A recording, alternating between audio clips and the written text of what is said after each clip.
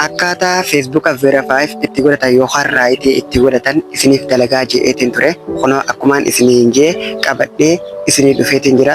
Kunoo akkuma agartanii Feesbuuka kiyya kana ganama isaa kudha takka ittiin godhee irratti ilaala jeetumaan isin irra ilaalu naaf ta'e.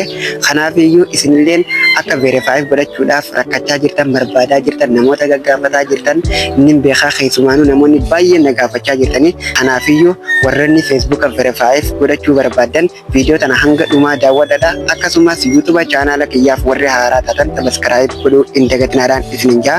YouTube chaanala kana wanni baneef waa irratti nama barsiisuudhaaf osoo hin taane seenaa jireenyaa, xalayaa jaalalaa, walaloo jaalalaa fi akkasumas asoosama garaagaraa ittiin nama bohaarsuudhaaf hin bane. Warroonni xalayaa jaalalaa fi walaloo jaalalaa asoosama jaalalaan qabayatanis keessaan na dubbisaa isinin jecha. Haga dhumaan hordofaa. Feesbuuka kiyyaa guddaa kunoo kana verifaayiif hin godhanne maaliif verifaayiif hin godhatinii namoonni hedduun naan jechaa jirtanii dubbiin asitti isin dhibdee bakka tanatti isiniif galti jechuudha.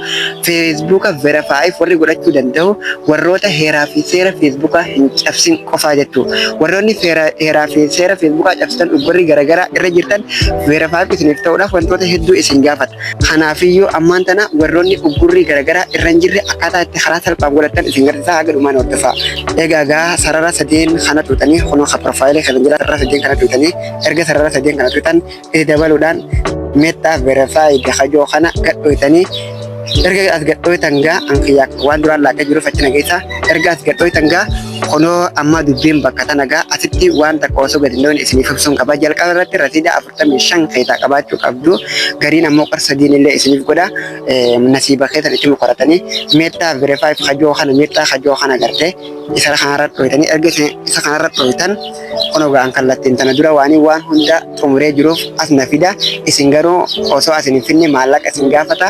Maallaqa itti neexanii maallaqa itti neexanii fudhata bakka tana isin fida. Oggaa bakka tana isin fide irratti gadhooytanii kunoo gaa amma bakka tanatti waan hubachuu qabdan qabdu. Wanni hubachuu qabdan as dhooytanii confirm profile name hajoo kan irra gadhooytanii ergaas gadhooytan ammallee confirm profile hajoo kanuma gadhooytanii ergaas gadhooytan kunoo gaa ammaan tana verifaayiif ta'uuf deema. Warroonni YouTube chaanala kiyyaa faaraa taatan sabiskiraayib gochuu hin dagatinaan isiniin jaa.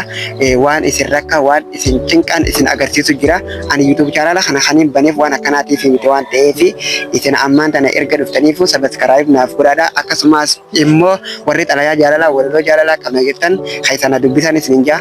Bakka tanarra gadhooytanii erga bakka tanarra gadhooytan kunoo laal as isin fidaa dhugaa as isin fide gaa jalqaba irratti maal jaa bakka tana sirriitti hubachuu qabdanii beekadha. Kunoo gaa wanni dhibee natti ta'e xiyya kanaa raayitii godhachuu dadhabeef verifaayiif godhachuu dadhabeef bakka tana tokkoffarratti mancaafqaada na fakkaata mancaafqaada si gaafata an mancaafqaada hin qabu. Lammaffarratti paasapoortii si gaafata an paasapoortii hin qabu. Naati ol jata naati ol idit kaardiyaa an ingiliffa baay'ee hin beeku isinuma agarsiisuuf malee wanni buuka baankiitti na fakkaata isallee hin qabu. Kunillee kajalaa kunillee akkuma agartan waraqaa biyyoolessaa jaata akkanatti fakkaata ingiliffa baay'ee hin danda'u tiyooriin isin himaa jira. Kanaafiyyuu kanneen keessaa tokko yoo qabaattan Feesbuukni keessan verifaayiif isiniif taha. Akkasumas maallaqa Feesbuukaaf illee kaffaltanii Feesbuukni illee maallaqa isiniif kafalaa jechuudha. Ani viidiyoo kana wannin isiniif dalageef akka isin hin rakkanne keessaan nama hin cinqine namatti illee hin barreessine waswaasa isinitti gadi hin dhifne waswaasa isinirraa cufuufin isiniif dalage.